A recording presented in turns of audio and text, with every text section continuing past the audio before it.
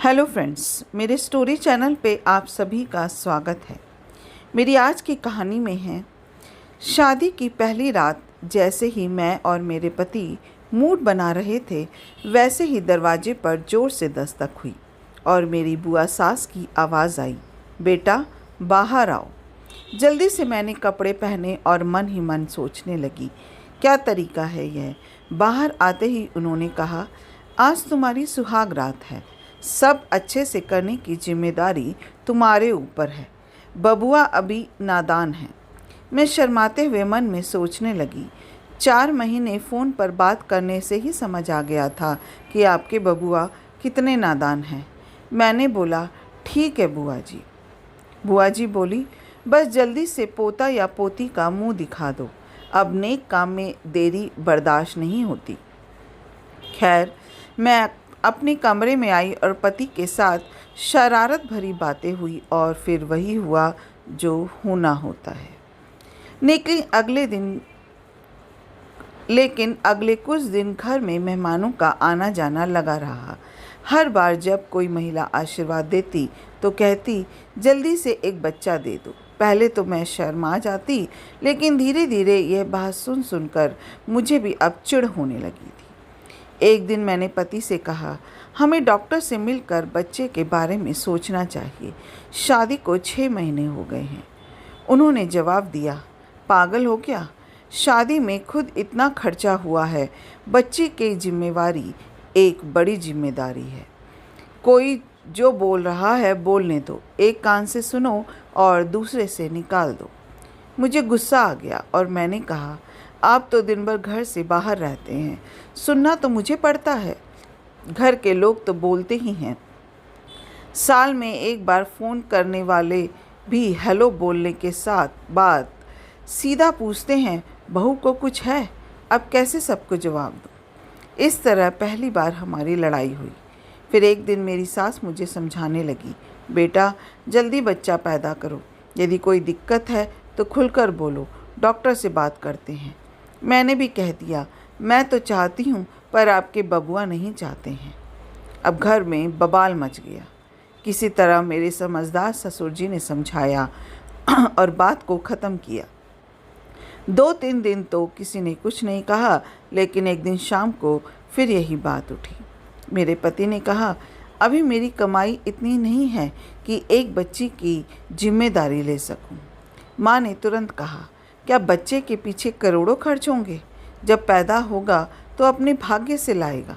तुम्हारे पापा की छोटी सी नौकरी में मैंने 3 बच्चे पाले हैं। मेरे पति के पास कोई जवाब नहीं था। तभी मेरे ससुर जी बीच में आए और बोले, मेरी कमाई कम थी लेकिन हमारा खर्चा भी कम था, इसलिए बच्चे पल गए। पहले हमारी ज़रूरतें सीमित थी, रोटी, कपड़ा और मकान। इसके अलावा अन्य किसी चीज़ की ज़रूरत नहीं थी। लेकिन आज रोटी, कपड़ा, मकान और इंटरनेट ज़िंदा रहने के लिए ज़रूरी है। पहले एक फ़ोन से पूरा घर काम करता था, लेकिन आज जितने सदस्य उतने फ़ोन और उतना रिचार्ज। हमारे समय में स्कूल में 2 बच्चे पढ़ने पर एक को फुल फीस माफ़ थी और एक को हाफ फीस। 3 पढ़ने पर 2 को फुल और एक की पूरी तरह माफ़। स्कूल का काम सिर्फ पढ़ाई थी। ड्रेस, किताबें, कापी कहीं से भी ले सकते थे, लेकिन आज सब कुछ 4 गुने दाम पर लेना होता है उसी स्कूल से। खाने में हमारे लिए दाल, चावल, सलाद और रोटी पर्याप्त थी। स्कूल में रोटी, सब्जी, पराठा और अचार यहीं ले जाते थे, लेकिन अब कंपटीशन में बच्चों को कॉन्टिनेंटल खाना देना पड़ता है।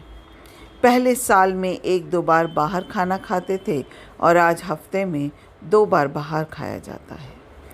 पीने का पानी शुद्ध कुएं से मिलता था, लेकिन आज पानी भी खरीद कर पीना पड़ता है।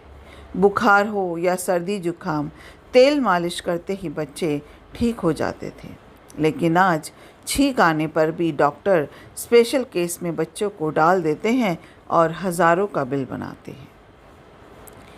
एक ऑटो रिजर्व करके पूरा शहर घूम लेते थे। आज घर के एक सदस्य को मोटरसाइकिल चाहिए। साइकिल से कोई चलना नहीं चाहता। शांति समय की बात है। बबुआ अभी बच्चा नहीं चाहता क्योंकि उसे आज की सच्चाई पता है। महंगाई ज़्यादा नहीं हुई है बल्कि हमारे खर्चे बढ़ गए हैं, इसलिए उसे समय दो थोड़ा सेविंग करने का। बबुआ, तुम इस बात का ध्यान रखो कि बाप बनने से पहले अच्छा पैसा कमाओ, एक बच्चा पैदा करो, लेकिन उसकी परवरिश अच्छी करो, और सबसे ज़रूरी समय रहते बच्चा पैदा करो, नहीं तो पता चला तुम्हारी रिटायरमेंट की उम्र हो रही है और तुम्हारा बच्चा 10वीं की परीक्षा दे रहा है।